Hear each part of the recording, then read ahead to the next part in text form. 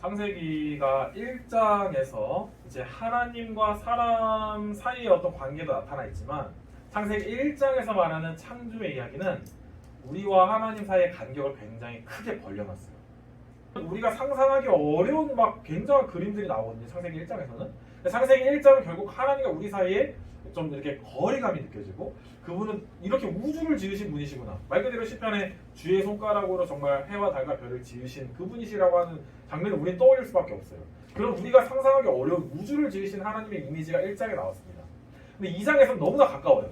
사람과 동행하시고 뭐 우주를 막 만드시는 그런 세상을 만드시는 장면에 대한 설명은 엄청 짧고 그냥 사람을 만드시고 또 사람이 동물들에게 이름을 주게 하시고 또 한 남자가 한 여자와 함께 이렇게 그 남자의 몸에서 갈빗대 하나로 여자를 만들고 둘이 연합하여 한 몸을 이루게 하시고 둘이 또 그러니까 그것은 결국 관계를 말하는 거고요. 관계가 서로 세워지는 관계가 되게 하는 것이고 이 사람과 사람과의 관계를 중심으로 창조의 이야기를 말하는 이유는 뭐죠? 1장에서는 그 하나님이 우리가 가늠할 수도 없는 위대한 분임을 말하는 것이 있었다면 2장에서는 그 위대하신 하나님이 우리와 함께 하시는 것을 말하는 거거든요.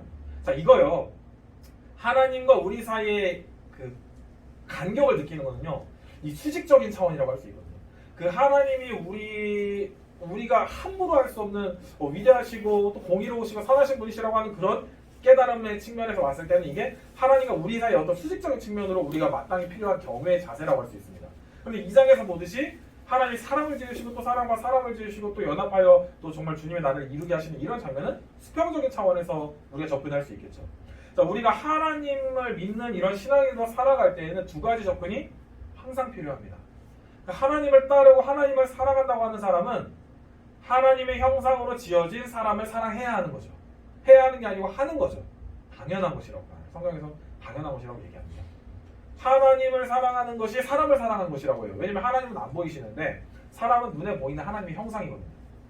그런 점에서 이 수직적인 하나님과 우리 사이의 관계는 수평적인 사람과 사람 사이의 관계로 연결된다는 것을 1장과 2장부터 우리는 확인할 수 있습니다. 자, 3장과 4장에서는요. 인간이 이제 죄를 짓는 장면이 나오는데 이 3장과 4장의 이야기를 우리가 수직적인 차원과 수평적인 차원에서 생각을 해볼 수 있어요. 자, 어떤 점에서 그런가를 우리가 같이 이제 생각해 볼 건데 창세기 3장에서는 하나님께서 선악을 알게 하는 나무를 먹지 말라고 하시는데 먹어버리죠. 그건 뭐냐면 왜 선악을 알게 하는 나무를 만드십니까? 안 만들면 되잖아요. 왜 만드시죠? 하나님은 창조주시고 사람은 그 창조주신 하나님을 따라야 하는 백성임을 그 수직적인 차원에서 말씀하시는 거죠.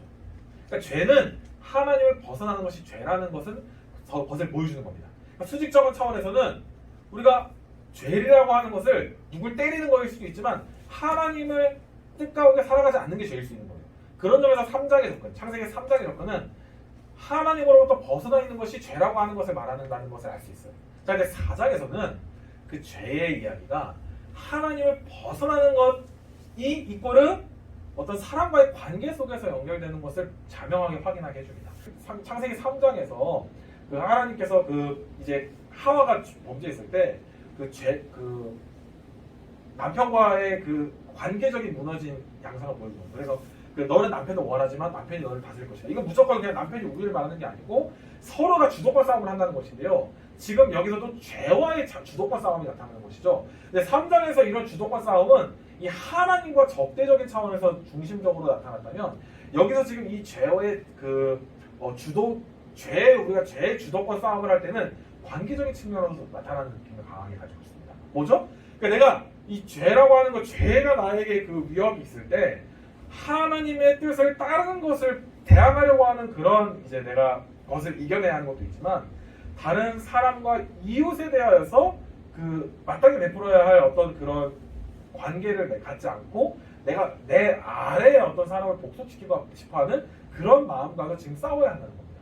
그러니까 죄는 우리를 원하는 거예요. 그러니까 너 지금 미워하는 시기와 그 살인하고 싶어하는 그런 마음이 너를 지금 원하고 있어. 그런 수평적인 관계에 있어서의 그런 문제가 너를 원하고 있지만 너는 거기에 굴복해서는 안 돼. 이야기를 하시죠.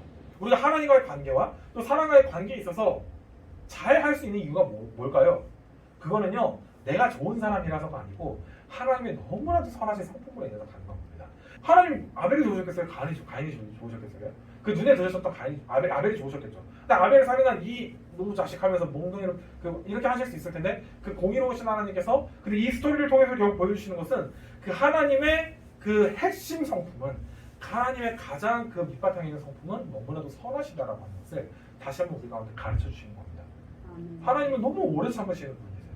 하나님 너무 선하신 분이세요. 창세기 1장과 2장을 통해서 사실 우리는 그걸 보게 되고 3장의 그 하나님과 사람 사이의 그 타락의 스토리를 통해서도 우리는 하나님의 오래 참으시는 성품, 선하신 성품을 보게 되는 거고 이 4장에서 지금 이 수평적 문제로 인해서 벌어진 일들 가운데서도 우리는 하나님의 오래 참으시는 성품을 보게 됩니다. 그 하나님의 오래 참으시는 성품으로 인해서 우리는 하나님과의 관계도 다시 한번 새롭게 시작할 수 있는 계기를 마련할 수 있고요. 그 하나님께서 나에게 베푸신 그 은혜와 은총으로 인해서 우리가 사람과의 관계 속에서 또 새롭게 한번 시도해 볼 수 있는 그런 마음의 여지를 가질 수 있게 되는 것이죠. 왜요? 주님이 너무 선하신 분이시니까. 난 너무 주님 닮고 싶거든요. 근데 주님이 너무 선하신 분이세요. 예수님이라면 어떻게 하셨을까? 예수님이라면은 이렇게 하셨겠죠. 너무나도 사랑과 오래 참으심과 선하심과. 우리는 계속 사람의 생각으로 안 될 때 주님의 마음을 계속해서 그래서 떠올리는 겁니다. 그 주님의 선하심이 어떠하셨는지,